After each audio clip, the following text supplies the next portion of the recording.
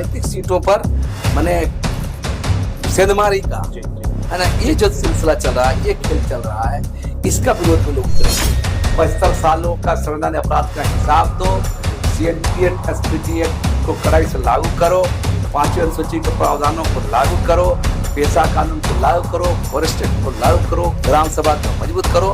इन तमाम मुद्दों पर ही हम लोग लोगों को जाएंगे, क्योंकि राजनीतिक सीटों पर मैंने सेंधमारी का है ना, ये जो सिलसिला चल रहा है, ये खेल चल रहा है, इसका विरोध में लोग उतरेंगे। साथियों नमस्कार, जोहार। जीटी रोड लाइव में आपका स्वागत है। मैं हूं अभिषेक सिंह। परिसीमन की तैयारी जहां एक और केंद्र सरकार जोर शोरों से कर रही है, वहीं दूसरी तरफ आप देखिएगा तो झारखंड में परिसीमन एक तरह से संकट पैदा कर रहा है। यहाँ पर एक राजनीतिक अस्थिरता और उसके साथ साथ सामाजिक संगठनों में भी अस्थिरता का माहौल है। आपको बता दें कि परिसीमन होने के बाद कई एक सवाल जो है वो जन्म ले रहे हैं, सबके दिमाग में, सबके जेहन में आ रहे हैं। उनमें एक सवाल ये भी है कि क्या झारखंड की विधानसभा की सीटें जो है वो 81 से बढ़ के 125 हो जाएंगी क्या महिलाओं की भागीदारी बढ़कर 40 हो जाएंगी क्या? इसके साथ ही साथ जो आदिवासी समुदाय है, जो ST समुदाय है, इनकी जो आरक्षित सीटें हैं उस अनुपात में बढ़ेंगी या नहीं बढ़ेंगी, इसको लेकर के तमाम सामाजिक संगठनों के साथ साथ जो राजनीतिक दल है झारखंड के, उनमें एक उबाल है, एक आक्रोश है। और इस आक्रोश को प्रदर्शित करने का एक माध्यम बना है वो है 30 अगस्त, जिस दिन एक महाजुटान होने वाला है झारखंड में, जिसमें झारखंड के तमाम जिलों से जो आदिवासी संगठन या सामाजिक संगठन से जुड़े हुए नेता है, प्रतिनिधि हैं, वो एक महाजुटान करेंगे रांची में। और एक बार फिर से क्या इस महाजुटान के बाद उलगुलान होने वाला है या हुल होने वाला है, क्या इसका प्रभाव पड़ेगा और क्या कुछ इसकी तैयारी है, इन तमाम मुद्दों को हम आगे बढ़ाएंगे। आप फ्रेम में हमारे साथ देख रहे हैं लक्ष्मी नारायण मुंडा जी हैं, काफी जानकार है आदिवासी हितों के, उसके साथ ही साथ एक प्रखर वक्ता भी हैं। सर बहुत बहुत स्वागत है आपका। और सर आपसे एक सवाल सबसे पहला ये है कि झारखंड में जो विरोध हो रहा है तमाम आदिवासी और सामाजिक संगठनों के द्वारा, तो विरोध परिसीमन को लेकर के हो रहा है या परिसीमन के स्वरूप को लेकर के हो रहा है? सबसे पहले आपको, आपके तमाम दर्शकों को मेरी ओर से जोहार जी। परिसीमन का सवाल अभी झारखंड में जो भी व्यवस्था को समझते हैं, राजनीति को समझते हैं, राजनीतिक कार्यकर्ता हैं, सामाजिक कार्यकर्ता हैं जी, सबको मालूम है कि भारत सरकार फिर एक बार परिसीमन बिल ला रही है जी, और उसके द्वारा परिसीमन आयोग के द्वारा परिसीमन किया जाएगा जी। परिसीमन आयोग लोकसभा और विधानसभा क्षेत्रों का निर्धारण कर जी। आपने सवाल किया कि परिसीमन का विरोध, हम स्पष्ट कहना चाहते हैं, परिसीमन का विरोध कतई नहीं है जी। और परिसीमन ये पहली बार नहीं हो रहा है, भारत सरकार ही परिसीमन आयोग का गठन करती है और उसके द्वारा परिसीमन किया जाता है जी।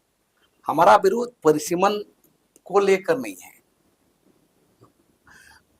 परिसीमन के आड़ में जी, परिसीमन के आड़ में आदिवासियों की आरक्षित सीटें जो कम होने की गुंजाइश नहीं, गारंटी है जी, गारंटी है जी, इसका विरोध हो रहा है।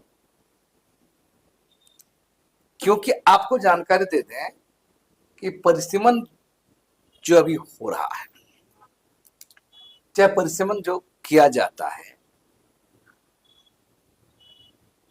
जनसंख्या के आधार पर किया जाता है, और जनसंख्या के आधार पर परिसीमन होगा तो स्वाभाविक है आदिवासियों की आरक्षित सीटें घटेगी। कहा जाता है कि विधानसभा लोकसभा की सीटें बढ़ाई जाएगी, सीट गिनती में सीटें बढ़ाई जरूर जाएंगी जी, लेकिन अनुपात में हमारी सीटें जी, आदिवासियों की सीटें, आरक्षित सीटें कम जी। अब रही बात, हमारा स्पष्ट करना है कि परिसीमन के आड़ में हमारी आरक्षित सीटें घटाने की जो साजिश होगा, इसका विरोध हम लोग पुरजोर करेंगे। आपको ये भी बता दें, दक्षिण भारत के राज्यों ने विरोध क्यों किया? जी बिल्कुल। इसका कारण क्या है? ये देश का ट्रेजेडी है, ताजसी है कि जो नियम कानून पालन करता है उसी को झेलना पड़ता है। आप गौर कीजिए, भारत सरकार ने परिवार नियोजन नीति कार्यक्रम चलाया था जनसंख्या नियंत्रण के लिए। तो राष्ट्रीय जनसंख्या नियंत्रण नीति, दक्षिण के राज्यों ने इसको बढ़िया से पालन किया और उत्तर भारत के राज्यों ने पालन ये नहीं किया। तो जो राष्ट्रीय नीति को फॉलो किया उसकी आबादी कम रह गई, जनसंख्या कम हुई, और उत्तर भारतीय राज्यों ने इसको पालन नहीं किया, इसकी आबादी बढ़ गई। और अभी परिश्रम के नाम पर क्या हो रहा है? जो राष्ट्रीय नीति को फॉलो किया, पालन किया, उसकी सीटें घट रही है, और उत्तर भारतीय राज्यों ने जिन्होंने पालन नहीं किया उसकी सीटें बढ़ रही है। एक बात और तो मेरा कहना है कि ये क्या है, जो नीतियों को पालन करता है उसको। ठीक वही बात झारखंड के संदर्भ में हम स्पष्ट करना चाहते हैं। परिसीमन के आड़ में आरक्षित सीटें घटाने की साजिश का विरोध होगा जी। इसलिए हम लोग विरोध कर रहे हैं कि इन 75 सालों का हिसाब कौन देगा? मैं ये नहीं कह रहा हूं इस पार्टी की सरकार, उस पार्टी की सरकार, इसकी सरकार, उस सरकार, जो भी है अभी प्रेजेंट जो सरकार है, केंद्र में मोदी सरकार है, जो सामने उससे सवाल करेंगे। तो अभी क्या हो रहा है, भारत सरकार परिसीमन आयोग बनाएगी, परिसीमन बिल लाएगी। अब सवाल है कि भारतीय संविधान में ही आप 5वीं अनुसूची चिन्हित किए हैं। झारखंड के 13 संपूर्ण जिले, 2 जिले आंशिक, और झारखंड में सीएनटी एक्ट, एसपीटी एक्ट जैसे विल्किंसन जैसे बहुत सारे विशेष कानून है, जमीन कानून है। तो इन तमाम कानून के रहते 5वीं अनुसूची अनुच्छेद 244 शेड्यूल एरिया चिन्हित हो गया था। सीएनटी एक्ट, एसपीटी एक्ट जैसे जमीन कानून है, इसके बावजूद यहाँ का डेमोग्राफी चेंज हुआ है, जनसंख्या बदला हुआ है। इसका जिम्मेदार कौन है? इसे जिम्मेदार कौन है? आपको पता होना चाहिए कि शेड्यूल इलाका में राज्यपाल कस्टोडियन होते हैं। राज्यपाल भारत सरकार, राष्ट्रपति या राज्य सरकार के किसी भी कानून, किसी भी नियम ऐसा लगता है तो उसको निरस्त कर सकते हैं, संरक्षक है, तो अधिकार है उनका। तो राज्यपाल ने अभी तक 75 सालों में कितने राज्यपालों ने 5वीं अनुसूची के प्रावधानों को पूर्ण रूप से लागू करने का प्रयास किया? नहीं किया। प्रत्येक साल वार्षिक रिपोर्ट राष्ट्रपति भेजा जाना चाहिए था। इन 75 सालों में कितने राज्यपालों ने राष्ट्रपति को रिपोर्ट भेजा? कितने राष्ट्रपतियों ने इस पर संज्ञान लिया? और कितने जो सरकारें आई, कभी गठबंधन सरकार, कभी गुजराल, कभी पी सिंह, कभी मनमोहन, कभी नेहरू, कभी गांधी, कभी शास्त्री, अभी मोदी जी। तो ये तमाम सरकारों ने 5वीं अनुसूची के प्रावधानों को, जो संविधान सम्मत है, मैं नहीं कर किसी सरकार का अनुदान का मामला है, भारतीय संविधान में निहित है, उसका अनुपालन नहीं हुआ। और उसका अनुपालन, उसका उल्लंघन कर, जमीन कानून उल्लंघन कर, संवैधानिक प्रावधान का उल्लंघन करके तमाम विकास योजनाएं, कल कारखाने, नदी नाला, पहाड़ पर्वत सबको आप ले लिए, डैम बनाए, रेलवे प्रोजेक्ट बनाए, बिजली फैक्ट्री बनाए, है ना, आप सरकारी संस्थानें बनाए, और उसके जरिए हमारे लोगों को विस्थापित किया गया। विस्थापित हमारे लोगों को किया लाखों की संख्या में, न सिर्फ विस्थापित, पलायन कर मजबूर हो गए। दूसरी सबसे बड़ा 1951 से लेकर 60 को आप गौर कीजिएगा, 80 लाख आदिवासी विस्थापित हुए जी। बड़ा आंकड़ा है। तो ये तमाम विस्तार, आज आप बोल रहे हैं कि आपकी आबादी घटी है, आप आबादी के अनुसार परिसीमन होगा, तो आप शेड्यूल इलाके क्यों बनाए भाई? 5वीं क्षेत्र क्यों बनाए? क्यों जमीन कानून बनाए हैं? तो मेरा एक ही कहना सवाल है, इन 75 सालों में जो संवैधानिक अपराध आदिवासियों के खिलाफ पांचवी अनुसूची के क्षेत्रों के लिए जमीन कानून को उल्लंघन करके हुआ है, इसका भरपाई कौन करेगा? इसका भरपाई तो राज्य मशीनरी है, तमाम भारत सरकारें हैं, है ना, तमाम राज्यपाल, तमाम राष्ट्रपति हैं, तो इसका भरपाई कौन करेगा? मैंने करेगा कोई, भरेगा कोई? और आज आप बोल रहे हैं कि आबादी के रूप में आप परिसीमन होगा, तो ये हमारा विरोध है। भारत में वाकई लोकतंत्र है, संविधान है और संसद है ना, तो आपको इस सवाल को जवाब देना होगा, भारत सरकार को ही, राष्ट्रपति को भी, राज्यपाल को भी, और इस देश के जो राज्य मशीनरी है इसको जवाब देना होगा। इन सवालों से जूझना पड़ेगा। हमारे आदिवासी समुदाय के, करोड़ों आदिवासी समुदाय के इन सवालों से गुजरना होगा कि 75 सालों से जो हमारे साथ सामाजिक अन्याय किया गया है, संवैधानिक अपराध किया गया है, उसकी भरपाई कौन करेगा? हम परिसीमन का विरोध नहीं कर रहे हैं, पहले हमारे 75 सालों में जो संवैधानिक अपराध हुए हैं, जो जुल्म है, इसके भरपाई करो, फिर परिसीमन की बात करो। हमारा साफ साफ कहना है। हम तो कह रहे हैं, तमाम लोगों को हम आमंत्रित कर रहे हैं, तुम जो भी लोग हैं, विभिन्न राजनीतिक पार्टी होंगे, सब 31 अगस्त को आदिवासी एकता महाजुटान रैली जो है, इस सवाल पर है। इस सवाल पर हम तमाम पॉलिटिकल पार्टियों से अपील करते हैं, कांग्रेस, भाजपा, जेएमएम, आजसू, जो पार्टियां हैं, जो आदिवासी हैं, सब पॉलिटिकल पार्टी को अपना नीति स्पष्ट कर इस पर कि 75 सालों की भरपाई कैसे होगा, संविधान अपराध का जवाबदेह कौन होगा।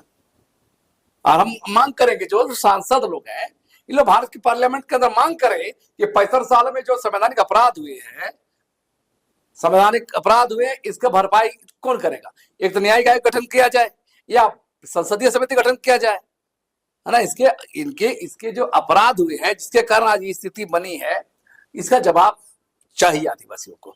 परिसीमन पर विरोध नहीं, परिसीमन के आड़ में हमारे 75 साल का हिसाब करिए, परिसीमन के आड़ में आप हमारे सीटें घटाने के साजिश का विरोध करें। जी लक्ष्मीदा, एक तरफ जैसा आप कह भी रहे हैं और आंकड़ों को देखिएगा तो 1951 की जो पहली जनगणना थी और 2011 की जो जनगणना हुई, लगभग 10% की जो आबादी है वो आदिवासियों की घटी है, और वो भी इस राज्य में, जो अलग बना ही इसके कारण था कि आदिवासियों को अपना विशेषाधिकार मिले और जो आज पिछड़े हुए हैं वो अपने जगह पे या मुख्य धारा में आ सके। लेकिन आपको कहां तक ऐसा लगता है कि परिसीमन इस पे नकारात्मक प्रभाव डालेगा, और सरकार की ऐसी क्या मंशा नजर आती है आपको कि कोई एक षड्यंत्र लगता है, या फिर कुछ ऐसा लगता है कि चूंकि अब तक हेमंत सोरेन अडिग रहे हैं, या फिर यहाँ पर एनडीए गैर एनडीए की सरकार है, तो कहीं इसके पीछे वो रणनीति तो नहीं है लक्ष्मी? देखिए, जिस साजिश की ओर आप इशारा कर रहे हैं जी, एक संवैधानिक राष्ट्र बनने के बाद से ही आदिवासी समुदाय साजिश का शिकार रहा है जी, और इस साजिश का परिणाम यह है कि संवैधानिक प्रावधान इंप्लीमेंट नहीं हुए हैं, जमीन कानून लागू नहीं हुए हैं, बंद हो गए लेकिन सही तरीके से नहीं हुए, जी, क्रियान्वयन नहीं हुआ। क्रियान्वयन नहीं। आप गौर कीजिए, फॉरेस्ट एक्ट की बात कीजिए, पैसा एक्ट की बात कीजिए, ग्राम सभा को विजित करने की बात कीजिए, तमाम चीजों का आप देखेंगे तो ये कोई नया चीज नहीं है। आदिवासी समुदाय का इस तरह का ये बराबर होता है, और इसलिए आप गौर कीजिए, तमाम सरकारें रहने के बाद देश में तो अब राष्ट्रपति भी आदिवासी हैं, आसपास के 2-3 राज्यों के मुख्यमंत्री आदिवासी हैं, झारखंड के मुख्यमंत्री आदिवासी हैं, उड़ीसा के मुख्यमंत्री आदिवासी हैं, है ना, आपका छत्तीसगढ़ के आदिवासी हैं। तो सवाल आदिवासी मुख्यमंत्री, मंत्री, केंद्रीय मंत्री, राष्ट्रपति बनने से मामला नहीं है। मामला है कि आदिवासी हित है। मैं फालतू की बात नहीं कर रहा, जो आदिवासियों के संवैधानिक राइट्स है उनका अनुपालन सत्ता में रहते हुए भी नहीं होता है। तो ये सरकारें जो हैं, जो विभिन्न पार्टियों से संबंधित रखते हैं, तो उनके अपने एजेंडे के तहत काम करते हैं। और इसलिए मैं बार बार कहता हूं, कोई भी आदिवासी प्रतिनिधि, सबसे बड़ा सवाल ये प्रतीकात्मक है या प्रतिनिधित्व, ये सवाल है। आज हमारे महामहिम राष्ट्रपति द्रौपदी मुर्मू जी संथाली समुदाय के, आदिवासी समुदाय से हैं, तो वाकई ये आदिवासियों के संवैधानिक अधिकारों को रक्षा कर रहे हैं। हम एक्स्ट्रा क्यों बात नहीं करें, जो संवैधानिक न्याय संगत अधिकारों की रक्षा करने में सक्षम है, नहीं है। आप उनके गृह राज्य में देखिएगा, जो डोंगरिया कोंद आदिवासी का जो नियमगिरी पहाड़ का मामला है, वहां पर कारपोरेट घराना का घुसपैठ हो रहा है, वहां के नेताओं को जेल में डाला जा रहा है, तो आप समझ सकते हैं ये स्थिति क्या है। बगल में छत्तीसगढ़ देख लीजिए। तो सवाल आदिवासी के कुर्सी में बढ़ जाने से आदिवासियों के संवैधानिक अधिकार प्राप्त हो जाएंगे ये नहीं है। और आम आदिवासी समुदाय इसलिए इससे हटकर अलग लड़ाई लड़ता है। आप गौर कीजिए, राजनीतिक पार्टियों से हट के आदिवासी समुदाय अपने मुद्दे उठाते हैं। जो सिस्टम में है, नियम कानून में है, CAA कानून लागू करो, लड़ रहा है आदिवासी, जंगल जैन बचाओ आदिवासी लड़ रहा है, पेशा कानून लड़ रहा है, परिसर लड़ आदिवासी लड़ रहा है। तो तमाम पॉलिटिकल पार्टी है। कहने से तो झारखंड से 5 गो सांसद आदिवासी हैं, 28 विधायक विधानसभा में। तो एजेंडे कहाँ रहते हैं? तो आदिवासी समुदाय को पता है कि हम लड़ेंगे, हम उतरेंगे सड़कों पे, सरकार किसी का रहे हमको लड़ना पड़ता है। और बाद में पीछे पीछे लोग मंत्री विधायक लोग आदिवासी लोग आते हैं। ये सच्चाई है। एक सवाल और लक्ष्मीदा कि विगत कुछ महीनों के क्रियाकलाप को देखिए, एक्टिविटीज को देखिए, तो आदिवासी समुदाय अब ऐसा लगता है कि जागृत हो रहा है, एकजुट हो रहा है। चाहे खूंटी की रैली को देख लीजिए, चाहे आप रांची की ही कई एक रैलियों को देख लीजिए। अब ऐसा लग रहा है कि आदिवासी समुदाय अपने मांग को लेकर के फिर से काफी आक्रामक भी हो जाते हैं कभी कभी, और काफी एकजुट भी दिख रहे हैं। जैसा आपने कहा कि 30 अगस्त को जो महाजुटान होने वाला है, तो क्या कुछ उसकी तैयारी है और क्या कुछ उसमें नया उभर के आने वाला है? हमारा इस पूरे कार्यक्रम को देखिएगा जी। 30 अगस्त को आदिवासी महाजुटान एकता महारैली, जो आदिवासियों के आवाज को, राजनीतिक ताकत को, एक तो ऐसे ही आदिवासी विधायक सांसद लोग आवाज नहीं उठाते हैं अपने मुद्दों को बातें करते हैं, राजनीतिक पार्टियों के गुलामगिरी करते हैं और मौके पे खामोश रहते हैं। और एक तो मार, दूसरा जो रहेगा वो भी खत्म करने की जो साजिश हो रही है। जो सीटों घटेगा तो जो थोड़ी बहुत उम्मीद वो भी खत्म हो जाएगा। और इसीलिए इस मामले में हम लोगों ने स्पष्ट कहा है कि इस महारैली में पूरे इलाका के लोग शिरकत करेंगे। राज्य के विभिन्न जिलों में, विभिन्न प्रखंड, विभिन्न गांव में जाया जाएगा और परिसीमन के बहाने सीटें घटाने की साजिश का विरोध करो। 75 सालों का संवैधानिक अपराध का हिसाब दो। CNTA SPT को कड़ाई से लागू करो। 5वीं अनुसूची के प्रावधानों को लागू करो। पेशा कानून को लागू करो। फॉरेस्ट एक्ट को लागू करो। ग्राम सभा का मजबूत करो। इन तमाम मुद्दों पर ही हम लोग लोगों पे जाएंगे, क्योंकि जब तक लोगों को नहीं जगाएंगे तब तक ये नहीं चलेगा। क्योंकि ये लड़ाई अब अलग तरह की हो गई है। ये किसी के हित अहित का लड़ाई नहीं है। ये सवाल अब आदिवासियों के अस्तित्व पहचान से जुड़ा मामला है ना। उनके राजनीतिक सीटों पर माने सेंधमारी का है ना, ये जो सिलसिला चल रहा है, ये खेल चल रहा है, इसका विरोध में लोग उतरेंगे। हाँ, आज कौन क्या है, कल कहां से उनको सीट नहीं मिलेगी। तो हमारा कहना है कोई नया चीज नहीं मांग रहे हैं। 75 सालों से हिसाब किताब करिए क्या हम बार बार करें। संविधान बनने के 75 सालों तक इन पर जो हिसाब हो, जो उस पर बात करिए, तब आप परिसीमन की बात करिए। और इस सवाल को लेकर हम लोग तमाम सांसदों से, राज्यपाल, राष्ट्रपति, भारत सरकार है ना, और तमाम पॉलिटिकल पार्टियों के सवाल पर हम लोग कटघरे में खड़ा करेंगे। उनके राजनीतिक सीटों पर माने सेंधमारी का है ना, ये जो सिलसिला चल रहा है, ये खेल चल रहा है, इसका विरोध में लोग उतरेंगे। जैसा अधिनियम के क्रियान्वयन को लेकर के हो, कई एक मुद्दों पे आदिवासी समुदाय को सिर्फ एक तरह से एक चॉकलेट ही मिला है, एक छलावा ही होता रहा है, लेकिन अब एक संगठन दिखता है और अब एक सफल नेतृत्व भी दिखता है आदिवासी समुदाय में।